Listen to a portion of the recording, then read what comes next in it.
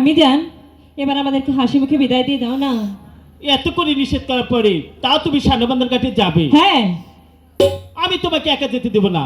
তাহলে সাথে পঞ্চদাসী পঞ্চসখী তাদেরকে নিয়ে তোমার সান্নবান্ধব ঘাটে যেতে হবে। ঠিক আছে, আমি তাদেরকে নিয়ে যাব।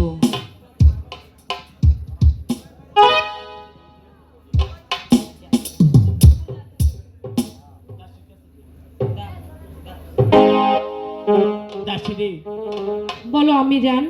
একমাত্র মা বেহুলা আমার, ও কিন্তু ছোট মানুষ। আমি জান, তুমি এ নিয়ে কোনো টেনশন করো না, তুমি মহলে চলে যাও, আমরা ঠিকঠাক চলে আসবো। ও কিন্তু সাঁতার জানে না, ওকে বেশি জলে নামতে দিও না।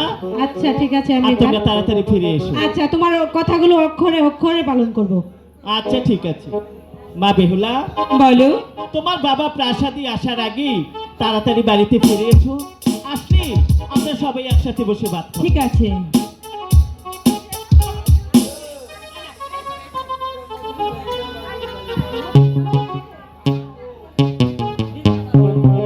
সখী, আমি যত চলে গেল ঢাকা শনিবাজার ঘাটে আজ মনানন্দে নাচতে নাচতে গাইতে গাইতে যাবো, ঠিক আছে? জলের ঘাটে বাসি বাজে তোরা,